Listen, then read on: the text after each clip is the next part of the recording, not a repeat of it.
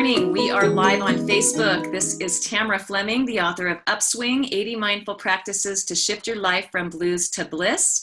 And we have next to me right here, Jim Young, and go ahead and introduce yourself.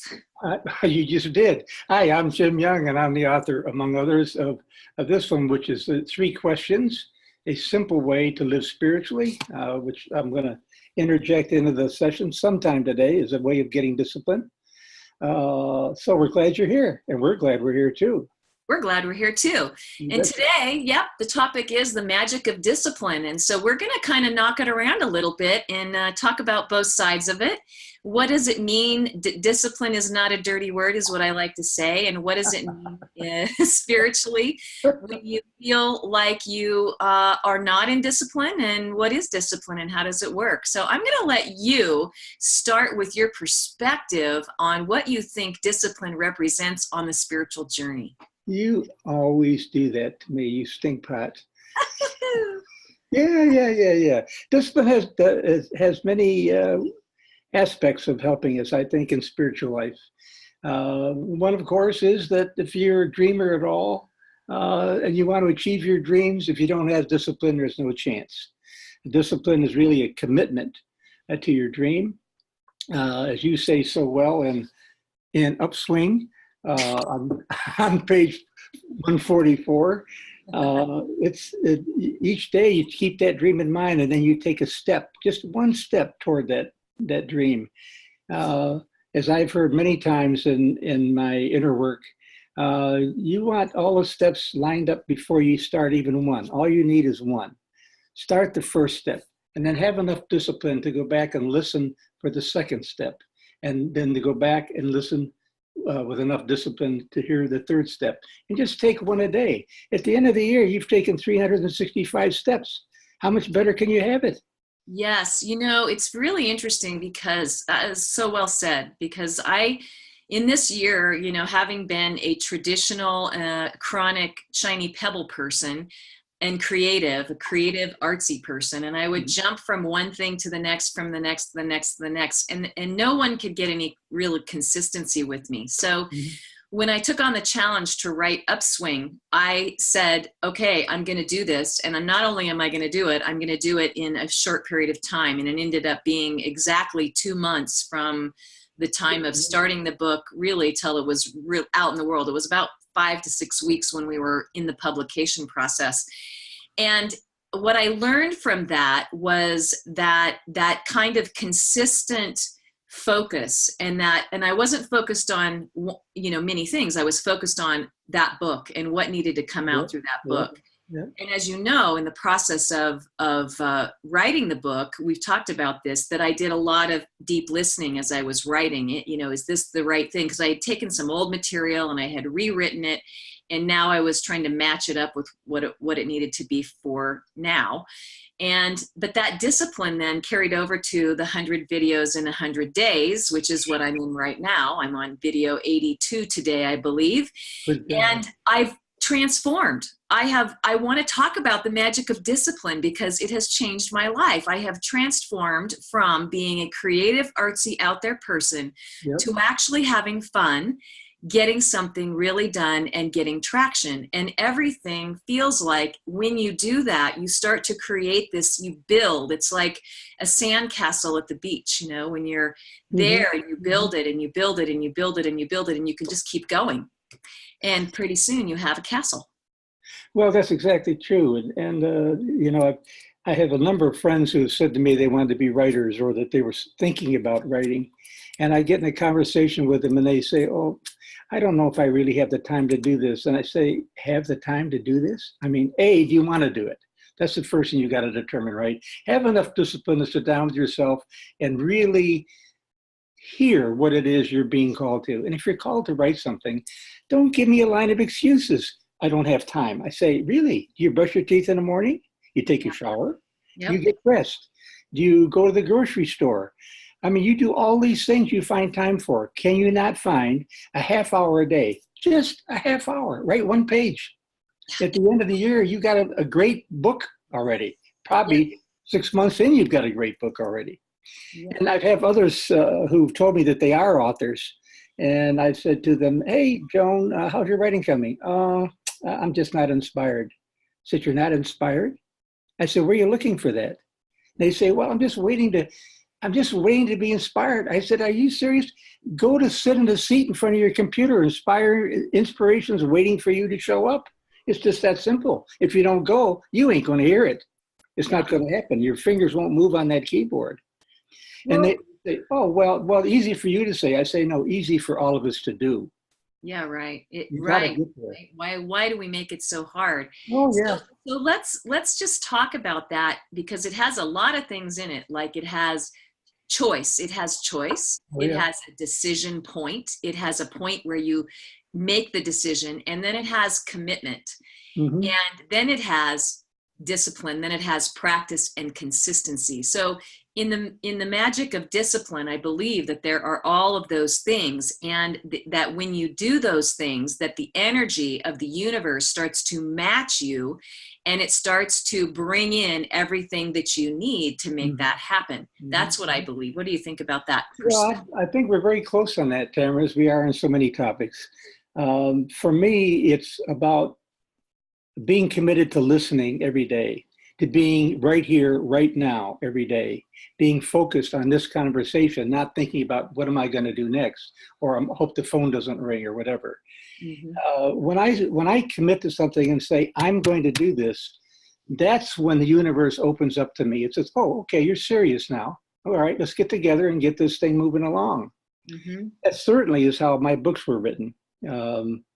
I mean, I finished my 19th book the other day. I got the cover to finish yet, but that's at age 81. Don't tell me you're too old. Don't tell me you're too old to do it.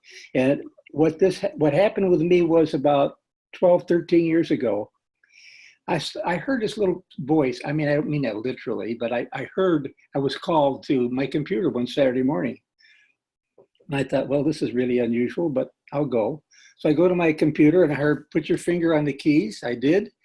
And all of a sudden, through my fingers, my first book started to go. And it was like a Gatling gun. I couldn't have stopped it. And I knew right then and there, this is going to be a huge commitment. Okay, you're showing me that what I need to do this is here for me to do it, that I'm going to show up every day. That was my commitment. But it came to me out of a calling.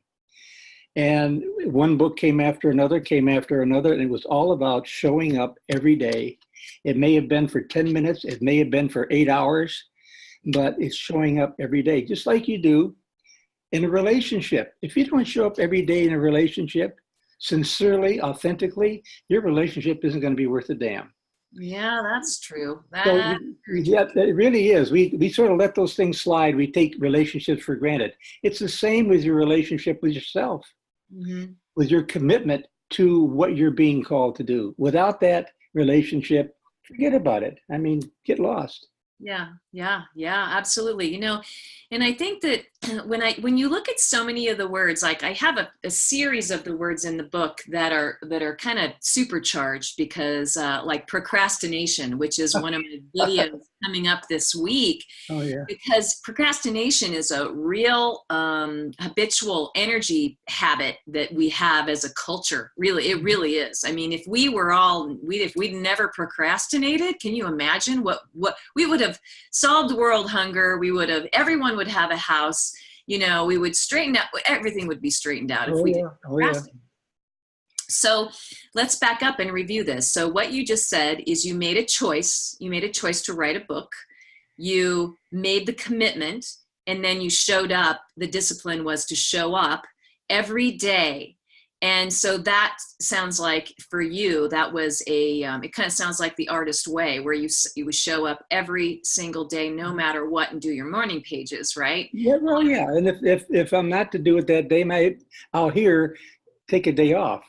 I mean, I don't want to be a slave to it, but I am committed to being there until I hear, you don't need to do this today.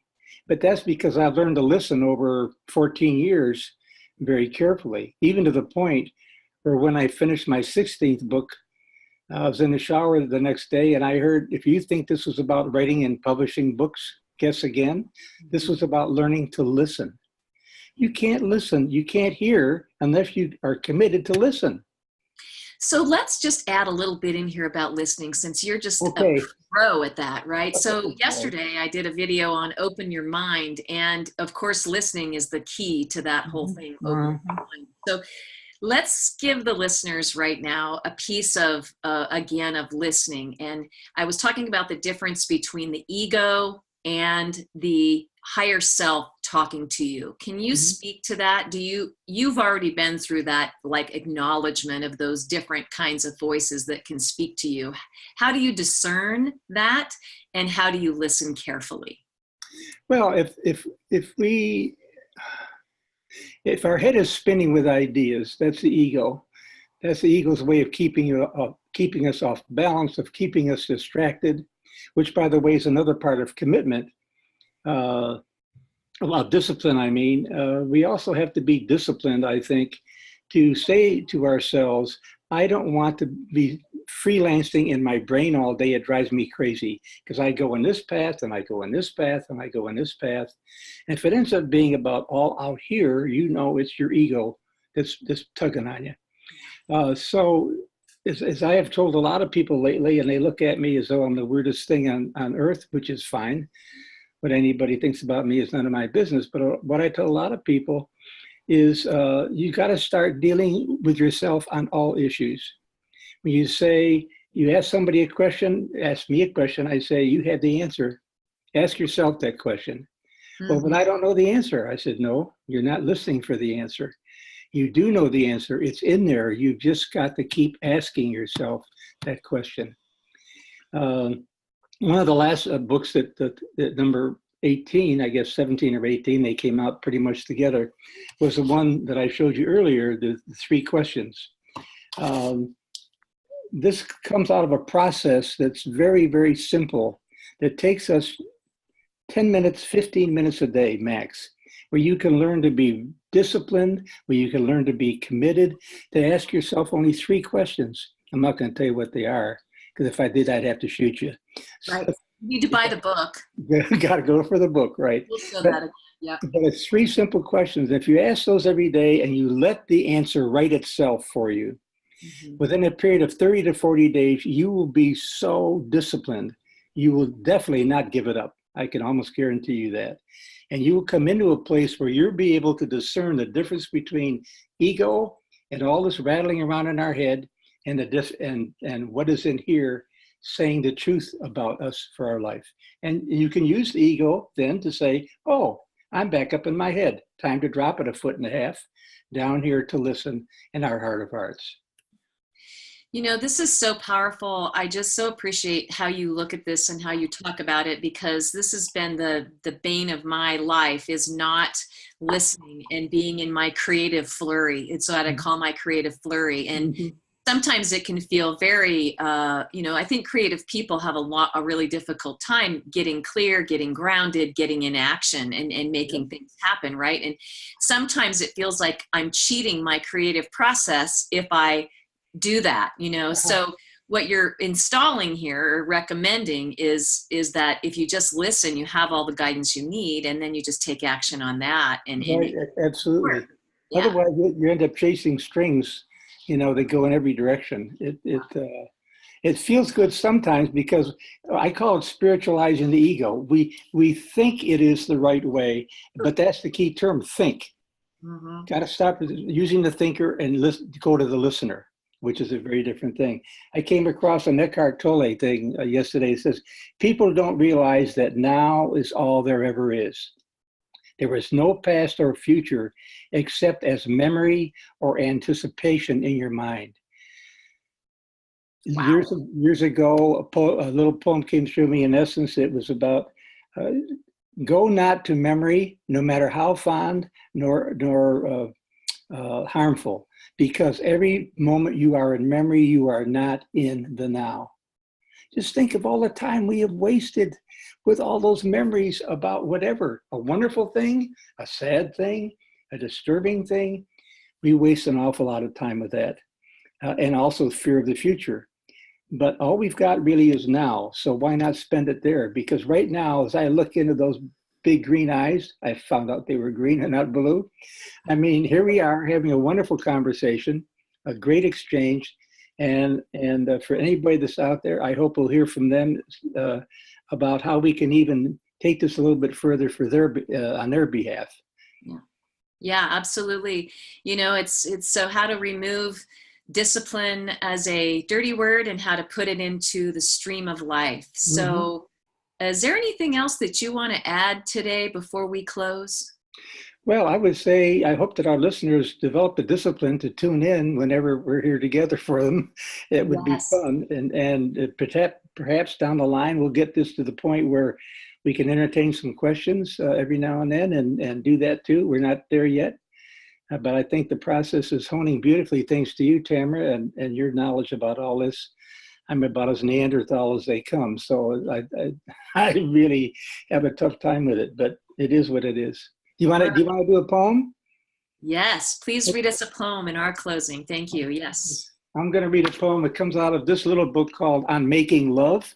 That's another story in itself. This is one of my favorites. Making love to me, we've been making love here this morning with our listeners, with each other, with the world that we came in touch with on the way here this morning. So this is the book. Every one of these starts with making love is. Making love is allowing myself to feel the fullness of separation's paradox. Sitting naked on a desert cactus with a bowl of chocolate truffles in my lap, knowing instinctively that on the other side of excruciating pain lies absolute ecstasy.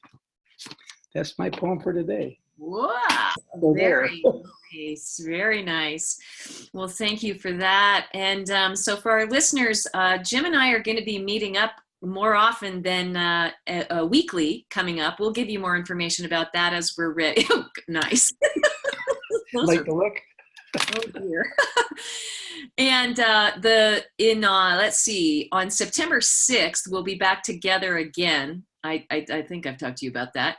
Yes, and we are going to, that week, all of my video topics are going to be selected by the audience. So that one will be selected what they want us to talk about. So we don't have a topic yet, but we'll be doing that.